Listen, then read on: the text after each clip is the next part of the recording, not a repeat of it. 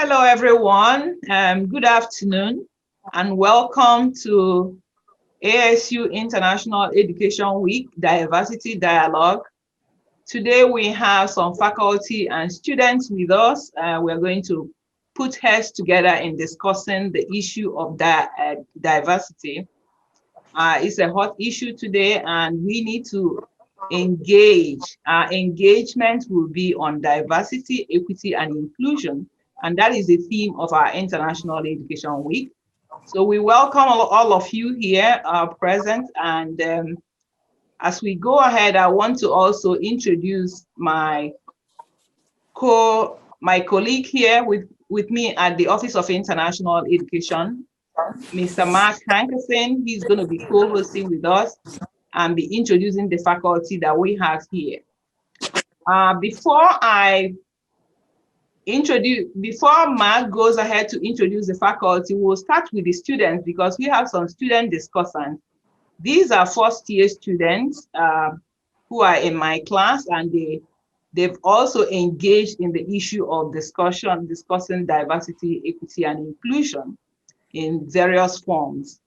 They wrote essays on identity and the issue of sexuality, gender, and presently they are writing on racial and gender stereotypes.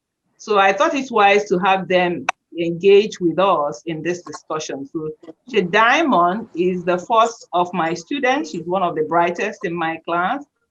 She's a distinguished first-year student from Brooklyn, New York. And she just turned 18 in October 1, and she came in here 17. She just turned 18. I'm so proud of her.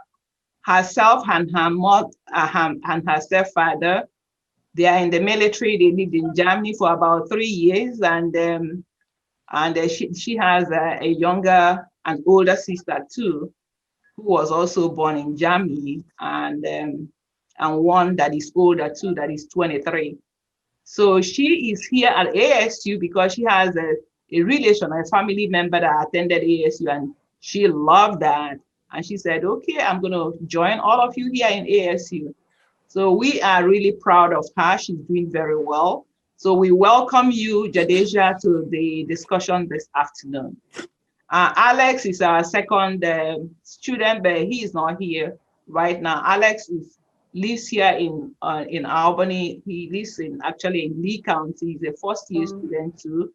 And his major is, he's going to be a nurse practitioner. He's so proud of his plans and everything. He's likely also to join us. Jadeja also plans to be a nurse, but she'll go ahead and become an emergency medical doctor. That's what her ultimate plan is. And Dr. Jane, I'm happy you're here. So you're probably going to be one of her mentors. So you're welcome, Jadeja, and the rest of the students. I can see Jardine Harris, and I can see Jadeja, one of my favorite students. They are here. Jardine is here. They are all brilliant first-year students. And I'm going to turn it over to Mr. Hankerson to introduce our faculty. Please, as you come in, I encourage you to use the chat box. Say hello there, put in your name and department so that we know who you are and acknowledge you. And Mr. Hankerson, over to you with our faculty. Okay, well, once again, greetings, everyone. I'm so thankful that you decided to attend this important discussion panel. And I just want to introduce our distinguished guest panelists, the professors. I'll start with Dr. Jain. So Dr. Ashok Jain is a professor of biology and has received several grants from the National Institute of Health and Development and Department of Defense. Dr. Jain has also developed an innovative in vitro screening method using human breast epithelial cells. I hope I pronounced that right, Dr. Jain. I'm heading back. Yeah, you are right. Apologies, okay. To understand the interaction of dietary carcinogens and phytonutrients which are present in fruits, vegetables, and spices. Dr. James found that Indian spice turmeric is the most effective in suppressing the carcinogenic effect of food, carcinogens, which are developed when meat is cooked at high temperatures. Dr. Jane has published several research papers in international and scientific journals and has presented the work at several international scientific meetings. So, Dr. Jane, thank you for being here. Thank you for nice introduction. Okay, no problem. Next, we have Dr. Elizabeth Kuipers. Dr. Kuipers earned her PhD and MA in English at Auburn University. She earned her BA at Wesleyan College. Before coming to Albany State University, she earned the rank of full professor at Georgia Southwestern State University and served as the principal at Furlough Charter School, the K through 12 charter school she helped found at Americus, Georgia. While at Georgia Southwestern, Kuipers co-founded the Women's Study Program, and she helped lead a student Habitat for Humanity build in Costa Rica. Currently, Kuipers is serving as a high impact practices implementation leader at ASU. She has recently proposed a women's gender and sexuality studies minor at ASU with the goal of implementation in the fall of 2021. So, Dr. Kuipers. Next, we have Dr. Erica DeQueer. Dr. DeQueer is an associate professor of teacher education here at Albany State. Her research centers on culturally responsive teaching, K through 12 teacher preparation, and the professional development of college and university faculty. Her accomplishments as a teaching professional include Albany State University Teacher of the Year 2018 to 2019, Chancellor's Learning Scholar 2018 to 2020, Governor's Teaching Fellow 2016 to 2017, College of Education's Teacher of the Year 2017, Curriculum Internationalization Faculty Fellow 2016, and Center for Educational Opportunity Fellow 2019 to 2020. As an academic professional, she published several research manuscripts and presented findings at professional conferences, including the American Association of Colleges for Teacher Education and the American Association of Teacher and Curriculum. Currently, Dr. Kuipers is a faculty co-coordinator of Teach Abroad Jamaica, a teaching internship that addresses cultural and linguistic diversity within a global context. Dr. DeQueer is a dedicated scholar focused on promoting effective teaching practices that meets the needs of all learners. So, Dr. DeQueer, welcome again. Yeah. Dr. Sakwe, I'm gonna let you speak for yourself because I didn't have a printed bio for you. I could speak off the cuff, but I'll let you do that. I don't want to make any mistakes. No, that's okay. The most important people have been introduced, but I am Dr. Nneka Noro Sakwe. I am the Director for International Education and a Professor of English. I became the director in 2010, I've led 3 programs to Peru, China, and Ghana, and working on internationalizing courses at ASU. At ASU, what is prominent to us is global learning. And that is why we are bringing in our focus for this International Education Week, engaging gender, engaging diversity, equity, and inclusion. And right after this, in 2 hours, we are going to be listening to Africa 101, a wake-up call. And it's focusing also on global learning because we want faculty, students, and staff of ASU to be aware of the world, the continent. Africa is our focus for this year, and we want everybody to understand what Africa truly is, and the components and all the things about knowledge, the cultures, diversity that is imminent also in Africa. So I welcome you all to this session, and without wasting time, we are going to go into the first question, which is, what exactly is diversity? When we talk about diversity, what do we mean? And what are the various perceptions? So people have different perceptions. So So let's go ahead with that first question. What is diversity? What perceptions do we have about it? And what are some of the identities that are embodied in diversity? And I'm going to start with the student and give her opportunity to just talk about what she thinks. What do you think about diversity, and what are the identities that we have included in diversity? And Jadeja, would you want to share your thoughts on that? As you stated, I was born and raised in New York, Brooklyn, New York. So I experienced a lot of diversity from different people from different countries, people from different states, and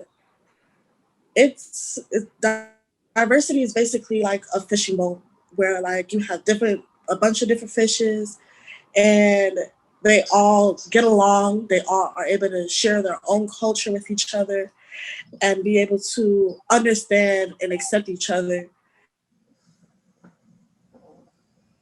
Jadeja froze. Yeah.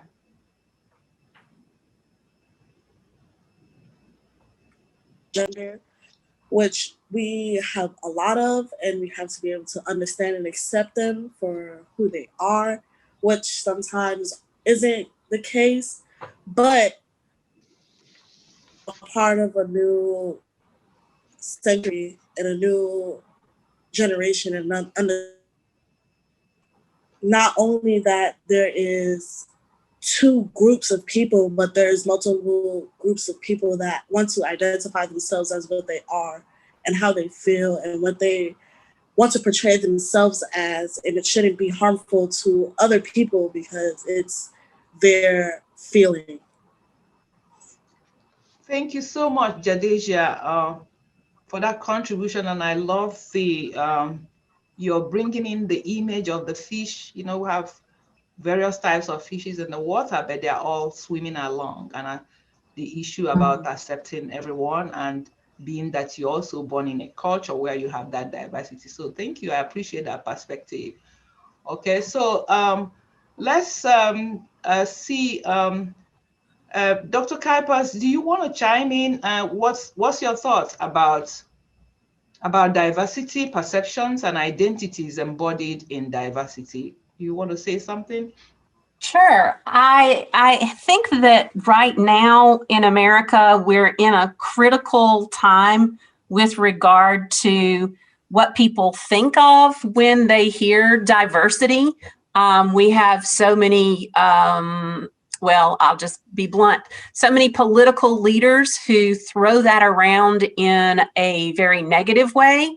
And I think Jadeja is absolutely on point that how we define ourselves should not impact the way that anyone receives us. We should all be accepting and open for ethnic identities, for sexuality identities, for gender identities, racial identities.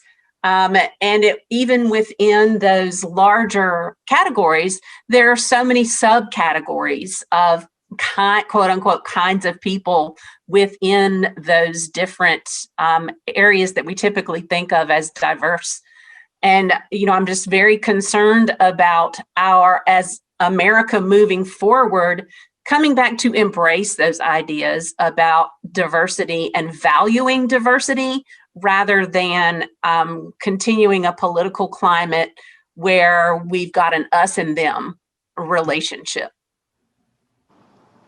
Thank you so much, Dr. Kuipers, for bringing in that dimension and reiterating what Jadeja said about the natural existence of diversity and the imminent need for us all to accept and allow everybody to exist in their identity and not allow any political division to bring us, tear us apart.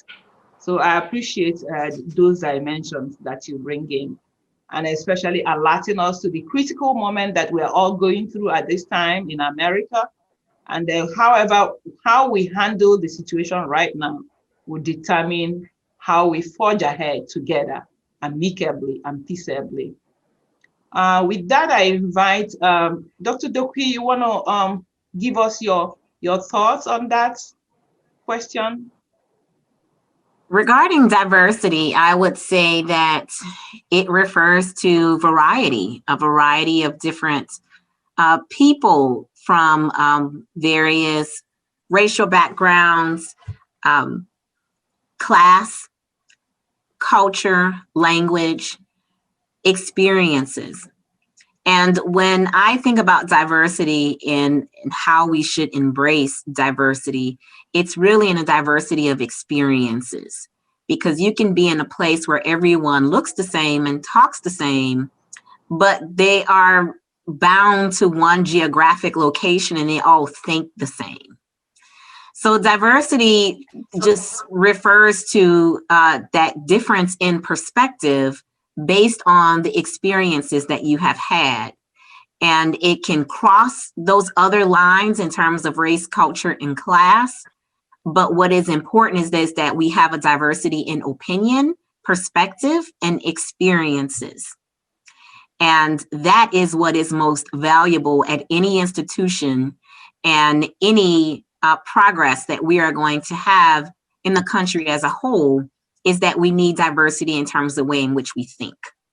And just because a group of people can look the same, they can all think the same and employ this sort of groupthink that can make it very rigid and inflexible, and therefore it does not move forward. So I think we need to broaden our perspective of diversity beyond just race, class, and culture to a diversity, as I said, in perspective and thought. And that is what's needed, not just at our institution, but across the country, and I would say arguably the world. Awesome, awesome perspective.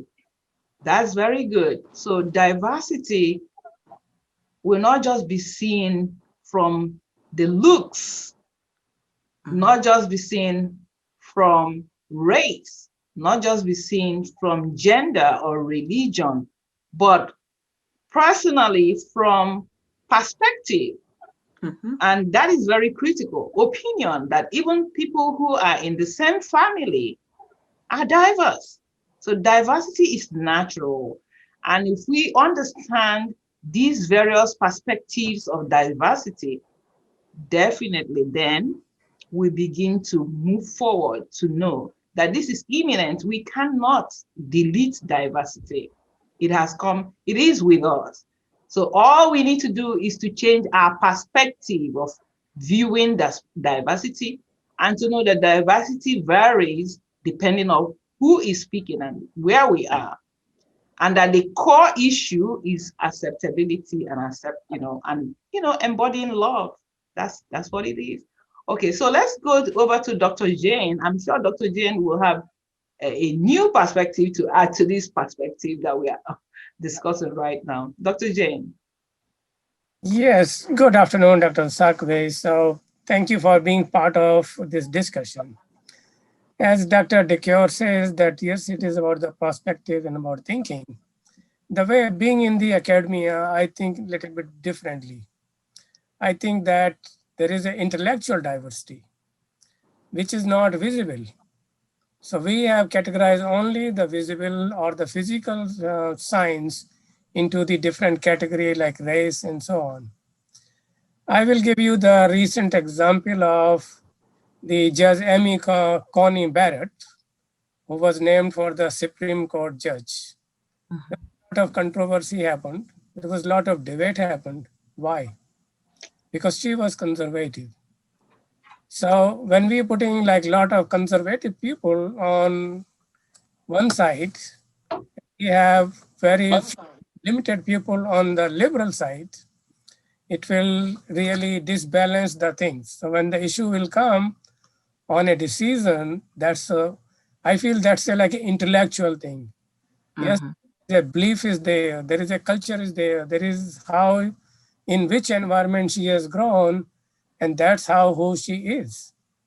But what about the other intellectual ideas in judging the people? And that's where the intellectual diversity is the supreme diversity, which you need to really think about it. So when we are talking about any issue, the different intellectual perspectives will be presented, and then we can discuss it. So in my view, in academia, we need to really definitely have the intellectual diversity. I will use another example. So think about a hospital. If a hospital have 5 cardiologists because a lot of heart attack is happening in that city, and 2 maybe a people with the kidney specialist, and maybe 1 oncologist. But what will happen if a new case come which has a liver problem or maybe some skin problem? So hospital, if you see, is ideal. They will keep that intellectual diversity in balance.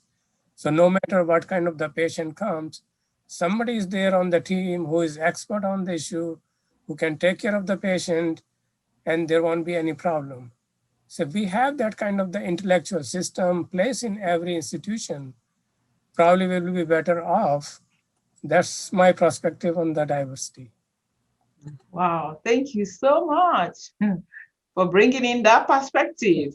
You know, anytime we are talking about diversity, people are always thinking about racial, gender, ethnicity. So now we are adding other perspectives. Dr. Dokuyo talked about opinion, perspective that depending on who you are, people have different opinions. And now we're getting the intellectual diversity, which is why we are having all the politics, where all the arguments about who is there and who is there. So they might all be the same color, the same white people or the same black people, but they have different views. So you could have black and white all in the same conservative intellectual diversity perspective. And then you could have white and black belonging to another group of intellectual liberal perspective. So as we explore the concept of diversity, we see that diversity is diverse in itself. It is not something that we can point out to. So looking at that, Mr. Hankerson, do we have any questions? Please, if you have any questions, you can chime in and type your questions so that we, if you have other ideas about diversity, you can put it in the chat box. And Dr. Osakwe, if I may add, a lot of times diversity in perspective and thought, it does overlap with race, culture, and class because those are your experiences. So a lot of times those people who have shared experiences because they belong to one class status, they have the same experiences, they shop at the same places, they engage in the same hobbies and activities, that brings that perspective, right? So a lot of times your perspective and your thought overlaps with those classic race, culture, and class, but it overlaps because of the shared experience that you have being in that culture or being a member of that race or being a member of that class status.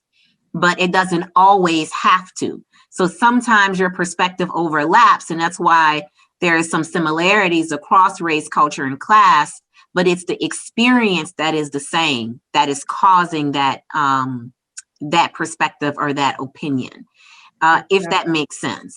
It does. It makes a lot of sense. And that is why you have people at the higher echelon thinking the same way, and people at the very low realm and think a particular way. And also the exposure and the environment where people have lived also impact the way they think and what they believe in. And we have internalized ideas about things, and that is a factor also of environment where somebody is groomed. So I very much agree with you there. So let's go ahead with the second aspect of the question. What are some national and global issues and problems related to diversity that we see today that comes as a result of either misunderstanding or what are some of the, why is it an issue? Why are we actually engaging in the discussion about diversity, equity, and inclusion? What are some of the national, global issues we have going on right now? Jadeja, you want to chime in there? Sure. So how I was taught was, everybody has a little bit of prejudice in them, a little bit of judgment. So when you take that into perspective, because a lot of people are sometimes judgmental and are raised in a era where they were taught a certain way, and when they experience new things, it's not really very much, accommodating to them because it's very new and very sometimes unusual to them. So they take into, the extent of where they discriminate against certain people. And I would like to go further into it, but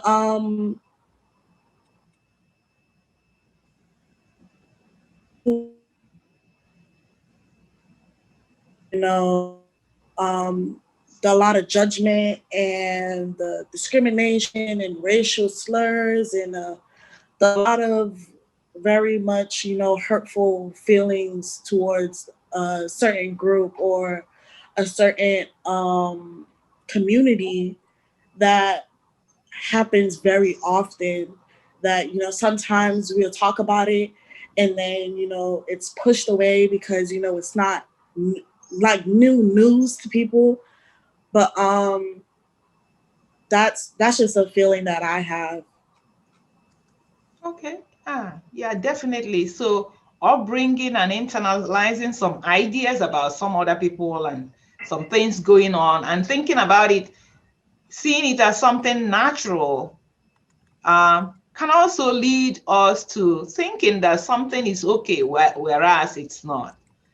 And while we are discussing, I'm going to ask Mr. Hankerson if you could read out some of the contributions we have in the chat box so that everybody gets to hear. I see Jordine has posted something. Can you read out some of the contributions?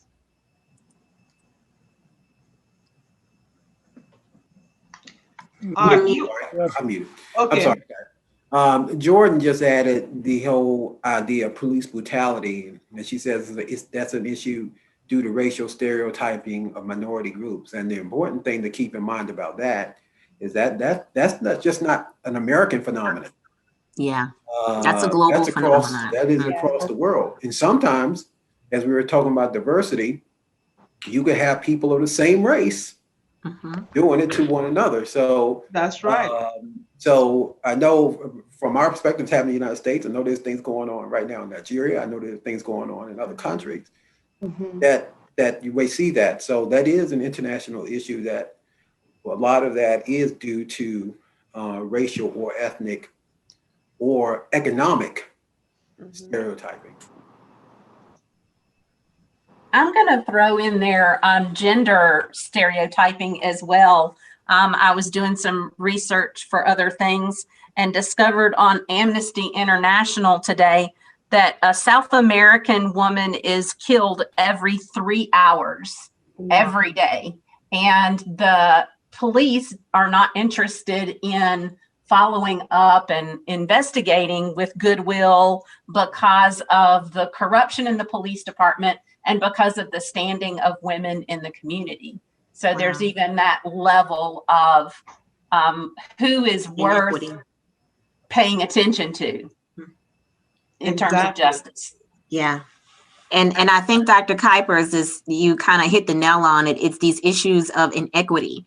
So where diversity becomes an issue and why it's such a hot button focus for many of us today is because we're seeing this inequitable treatment for diverse groups of people. So in some countries, in fact, in many countries, because I know also in many South American countries and throughout Mexico, there had been some marches recently within the last few months in regards to the killing of women and those crimes being going unpunished. But whenever we see there is in terms of how one group is treated versus another, it can be women who are not being valued in one society, and it could be there is a discrepancy in how the police may be look after and protect and defend the rights of women. In some cases, there is inequity when we look at races, and certainly in the United States, and differences in treatment for police brutality. There is inequity. I would say that there is inequity in our school system, and there are huge discrepancies in how certain groups are treated throughout the school system, particularly in K through 8th grade, looking at the role, the treatment, and perception of African American boys. When we look at different rates of school suspension and school discipline, we see that African American boys are disciplined at a much higher level than everyone else. Of course, we also see some discrepancies there with African American females. And in both of those cases, and in fact, all of the cases that I talked about, the reason why it's a global issue is due to inequity, because different groups of people, due to culture, class, status, race, gender, they are receiving different treatment. And that treatment is leading to different outcomes. We can even look at what's happening with COVID here in the United States, and why is there an overrepresentation of African American people who are dying from COVID, given the numbers of the African American population, which is not that large. I know a lot of people see African Americans on TV all the time and dominate in terms of music and television and a lot of other areas, but African Americans are a very small percentage of the population here in the United States, a very small percentage. And therefore, when there's an overrepresentation in, for example, the criminal justice system, an overrepresentation in school discipline, an overrepresentation in COVID cases and health disparities, then there is some unequal treatment that is leading to that inequity. And that is what makes it a global issue. Excellent. That is awesome. And I'm happy that you drew our attention to the school system and the kind of inequity and imbalance that takes place here, and even in terms of discipline. And we should also look at the fact that beyond the US, we also have issues of diversity. I happen to have done a project in Sierra Leone. I went in there as a consultant to help them to develop modules for teacher training. And while we visited the schools, I found out there's a lot of disparity within access to what the female kids have and the male children. So the female students, when they have limited seats in the classroom, who gets to sit down? The boys get to have seats. Wow. And you have the girls sit on the floor. Wow. And so some of them, when they're in their period, they don't come to school. Why? They don't have any place to sit. So we have disparity, we have differences. And globally, you find out that the tilt is towards favoring boys and men than women. And we find it everywhere. That's interesting. It's a universal thing.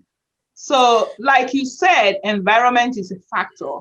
So while we're in US, we will be thinking about just what's going on here. But if you go beyond US, you see that we have the same problem going on everywhere. So the next question is, what do we do? What are some actions that 21st century is? Dr. Osakwe, before we go, can I add something? Yes, go ahead. Global issues? Yes, global issues. So the way I see the national or the global issues, like we really need to go back and understand our history. So we see like before 20th century, the world was divided by the tribes. Every nation has one or the other tribes. When we started moving from one region to another region, the concept of the diversity came into the in the contact that how we can handle the diversity. Then we started looking each other and have some kind of the view conversation. So almost, I will say maybe a century, in 20th century, we have more compromises. We have adjustment, we have tolerance to the other races. But now we are going back. We are going back to the, not the tribe mentality, but it has become, race has become a bigger issue. Meaning, I will say it's a mob mentality. I am looking every day, one mob is trying to like run away the other mob. As the tribes were what they were doing, I am the king of this tribe, nobody will touch my tribe, and that's how it was. The same kind of the environment is being created again. And that's maybe because over the period of time, there is a discrimination has happened, maybe a more narrow mindedness is happening. There may be some impedance towards the employee within the institution. All those things has generated these global issues or the national issues.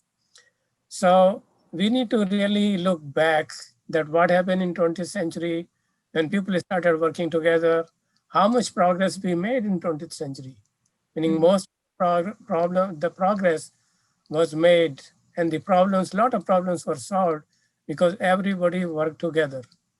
And that's what we need to go back and appreciate that in spite of the diversity, we come together, we can be more productive. Yeah. We become more racial, more ethnic groups, have a more mob mentality, probably we're going to destroy whatever we have achieved. These are definitely the issues which we need to look at it again.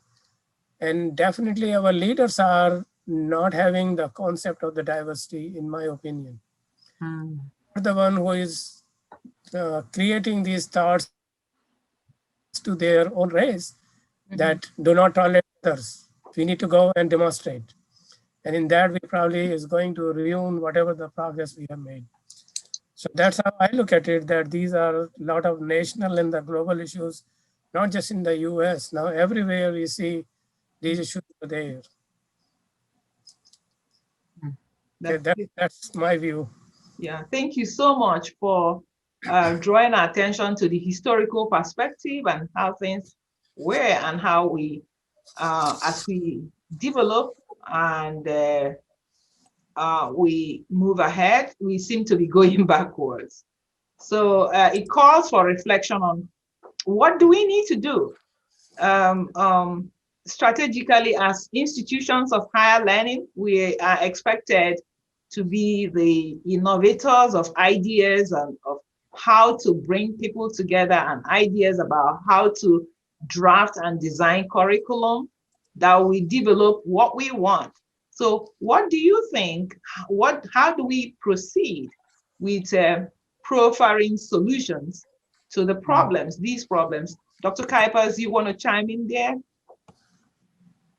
I do, because you're hitting on something that the solution that I like to think about for some of these issues is service learning, because I think it's so important for our students to understand the larger community and to understand their position of privilege in a larger global community.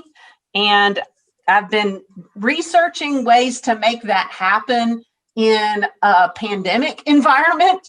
And there are still ways that we can have our students engage with issues of diversity and inclusion, even through digital platforms and through offering services to people that will still keep them protected through this pandemic. But I think that to make the point that we need to work together, we have to put something behind that. We need to show them how to do that, show our students how to do that. We need to model for our students what it looks like to serve other people in order to try to make our world a better place. It's sort of that mentality of, I want to leave my space. If I'm camping in the woods, I want to leave it cleaner than I found it. And I want to make an impact for harmony and goodness and progressive thinking wherever I go. We have to model those things for our students, particularly, I think, now with social media being such a place of information, their go-to for information, and social media inflames people, in my opinion. So I think, again, that modeling of how to serve and how to communicate with people and how to look around and recognize your place of privilege wherever it is. Yeah. Thank you so much, Dr. Kaipas. I like that dimension of re-emphasizing the importance of the curriculum in integrating service learning, and that's why we have internships, and at ASU we have study abroad programs, and Dr. Dokia actually has a design of integrating in-service learning through teaching in Jamaica. It's designed originally for Belize, but it's going to be implemented in Jamaica, and that is what we have in mind. And she probably might chime in a little bit, but I like that idea of remembering that children, students that we have today are the leaders of tomorrow. And unless they practically get in themselves into progressive thinking that are intentionally designed by us, we probably might just be going round and round. So Dr. Doku, you want to put in a little bit more on that from that perspective? Yes, I totally agree. The only way in which we can change hearts and minds is through experience. And there's just been a ton of training that's been done looking at diversity, looking at diverse issues, and looking at problems of equity and inequities, both domestically here in the United States and across the world. And it's not until you have that personal experience through a service learning component, as Dr. Kuipers mentioned, or another experience where you're able to do some cross-cultural exchange that involves true self-reflection. Because whenever I travel, whenever I meet people in different global contexts, I learn more about myself than I learn about the people who I am with, and the new culture that I am absorbing. And so it's through that experience. I think we need to, in schools, build in service learning components. And we need to make global education a bigger feature of our K-12 curriculum in social studies, and also across the curriculum with the reading selections, science, and math. There are many great things that we can learn from scientists across the world that we just don't feature in a major way in our K-12 curriculum. There are many very strong global mathematicians that we can be learning from in our K-12 curriculum. There are many beautiful pieces of writing that we can be learning from and reading about from the Caribbean, from Africa, from South America, that would expose our students to different cultures and allow them to have some empathy and to have a diversity in perspective, even if they've never traveled to Africa or the Caribbean or South America. We can do that through our social studies classes. We can have discussions where we watch the news. I sit and sometimes watch the CNN India, and it's hilarious and amazing at the same time. So I read the British Times and I read the Kenyan newspapers as well. But when we are able to bring that into our social studies classrooms and say, let's watch the news from Canada, or let's watch the news from England, our students are absolutely shocked at the perspective that is brought forth if they've never been to Canada or India or Japan. So we can do things to bring the outside world a diversity of class, culture, race, geography, and perspective. We can do that in our K-12 classrooms, but we need a lot more flexibility in the curriculum. It tends to be very rigid. It tends to be America first, which is good. It's important to be proud Americans, but we have to learn about other people in the world. We are not the only people that exist on this planet. And we have to do more to bring the outside into our K-12 curriculum. I am shocked when I travel to Kenya, when I travel to Jamaica, and the students know a lot more about the politics of the United States than our students know about Jamaica or about Kenya. Our students couldn't even find Kenya on a map. And when I traveled there, they knew the entire history of the United States, and they watched our news television, and they watched the stories, and they knew the politics, and they knew people involved in our government that my students here in the US had no clue about. So we need to do a better job in K-12. We got to do a better job of bringing the outside world in, and we can do that. We just need some flexibility from our state leaders, and we need some teachers to broaden their horizons as well and be willing to take that chance to bring that type of curriculum into the classroom. It's valuable, much more valuable than a standardized test. And that is where the fight is in the United States. Excellent, excellent input, Dr. Dequia. You brought in everything that we need to hear, and that is why we Thank you, Dr. Kuipers. I just want to add, Dr. Kuipers said preach in the chat. The chat. Yes, it's our responsibility to do this in higher institutions, but the process and procedure is what, I think that's where the critical issue is how do we do this? How do we integrate it depending on who the leadership is and so on and so forth.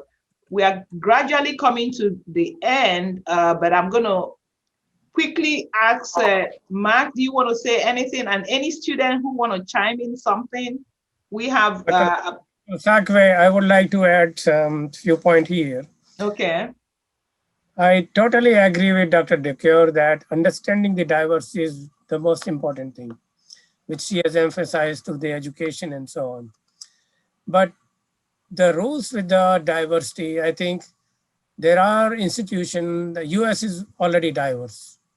And the rules, we definitely hiring the diverse population. But the issue is coming with the equity and inclusion. Mm-hmm. We, in spite of the diverse employees, still we have not accepted them mentally in the decision-making issues.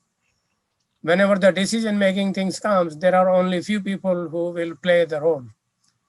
So the diverse population is being ignored. That is, if we have to solve the problem, we have to tackle these issues, we definitely need to include those and provide a equity to them, to their ideas, to their thoughts.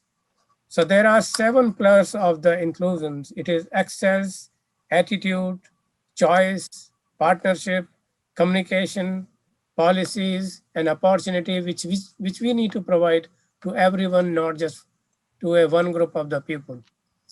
So these may be the solutions which we may have to think about, not in the higher education, but every institution has to think about. Everybody is similar. The way I look at it, everybody has some valuable ideas, but we are not giving them the chance and the choice to express those and include those into our working system. So no matter how good the ideas are there, I can speak for myself. Many times I give the ideas, they will listen, nothing will happen. After 3 months, I will hear the same thing from somebody that they are doing this, including this, or implementing this, not giving the authorship to the person who gave the idea. So it need to be changed if we need to really solve these problems, so that has to become into the action plan. That's some suggestions on that. Thank you so much, Dr. Jane. That is awesome. Mr. Hanson, do you want to chime in anything?